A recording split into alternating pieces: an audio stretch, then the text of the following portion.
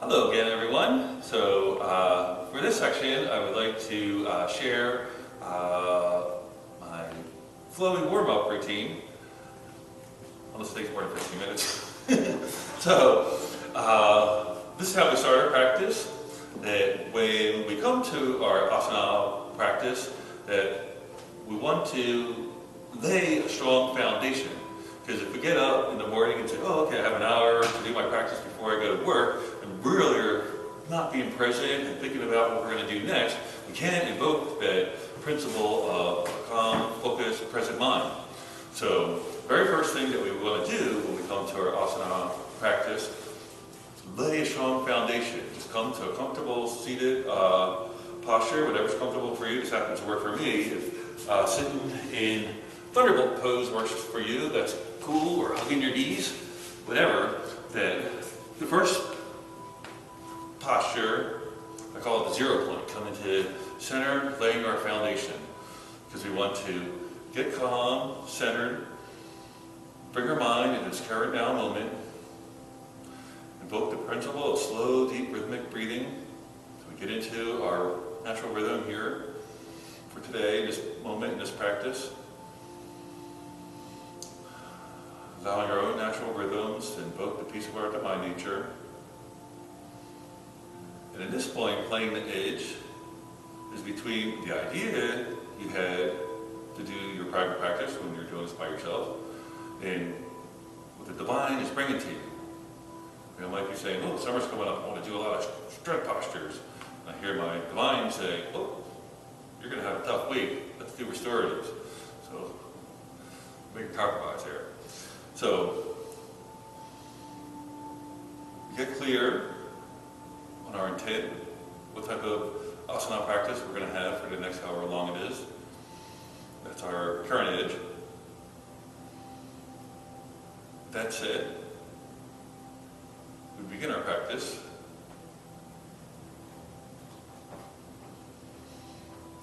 I like to use tone to set the energy for the practice. So for the flowy warm-up, let's wake up our sacral center with the sound of V. So it's B, A with a dot over it, M. The last part is an in-breath. So we just tone V and breathe in, and then another V, breathe in. Just follow your own natural rhythm, breathe in. So we'll all start together, a deep breath in. On the out breath, whoa.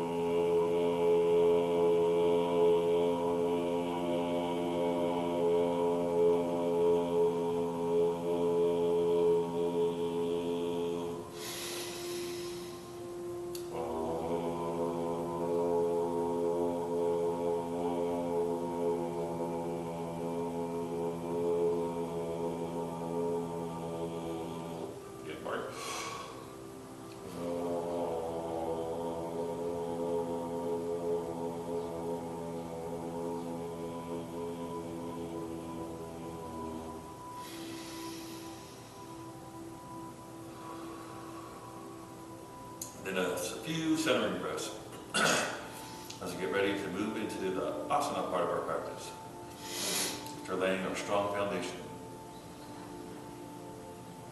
So let's move it into tabletop. So that's knees underneath the hip, hands underneath the shoulders, neutral spine. A few centering breaths. You're going to have your feet up or your feet down. Attempt to cramp my feet this way so it's more comfortable for me, for the most part. I'll go this way. So a few centering breaths. We're going to warm up our spine and practice the principle of combining movement and breath together with cat and dog stretches. So I'm going to take a nice deep breath in. Then on the out breath, I'm going to arc up into a cat stretch. The in-breath initiates the movement to the dog stretch.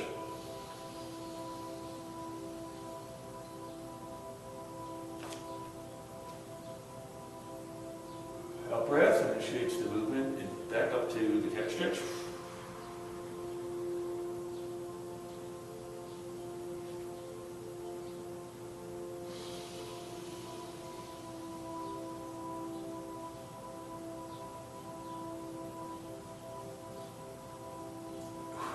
we're doing here is coordinating our breath.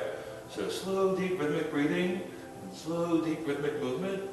So I reach the fullness of my out breath, the top of my cat stretch, maybe a little bit of a hold and muscle exertion at the top just to feel the power of the cat stretch.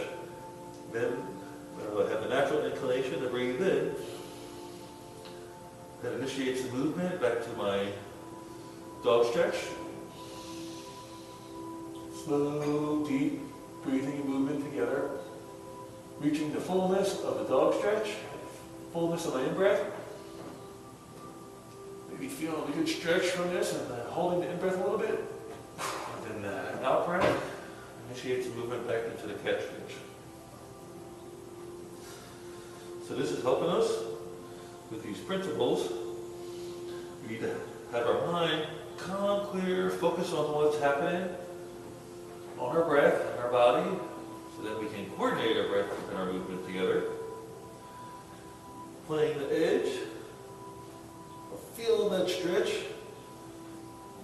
how much we want to push holding on the extremes of the pose. Just being present. So now we'll come to a neutral spine for a few centering breaths. And get ready for our next movement,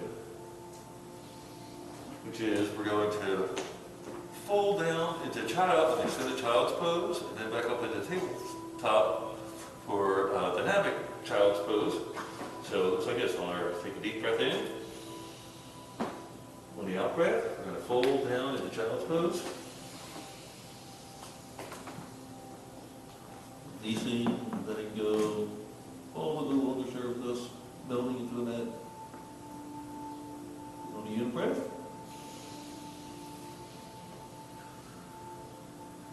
Coming back up into tabletop. Nice deep breath in. The out breath, we're going to fold back into child's pose. Child's pose is a forward fold. All forward folds are initiated on the out breath because we work the energy of apana, releasing, letting go.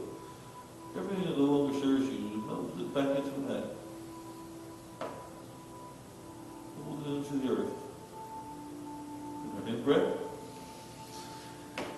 Initiate our movement back up into the tabletop. Nice deep full in breath. In the out breath. Folding, apana, releasing, letting go. Breathing everything that no longer serves us out of us.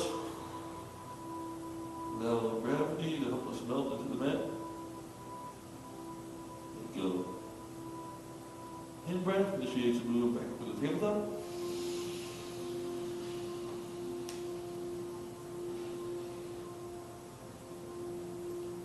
Out breath initiates the movement back down into our child's pose. But this time we're going to stay in child's pose. Out breath, melting, releasing, letting go. And this time we're going to stay in extended child's pose for our in breath.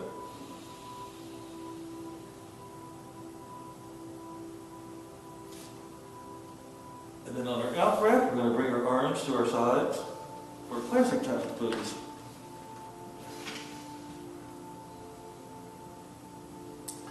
Just take a few breaths here to experience the power of child's pose. Innocent name, but powerful position. It's a good, relaxing, centering counter pose. Just help us release and let go. Don't let the name fool you. There's a lot of power to this. In breath, we can feel it open up our spine. We can take in more breath, more prana, vitality. That helps push out all that no longer serves us, all the gunk.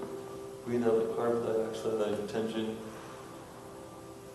the emptiness of our breath. Just feel this pose, sinking our body, creating expansion in our tissues. And now we're going to prepare to come out of this pose by taking a deep breath in. The out breath, we're going to bring our hands back up into the extended child's pose.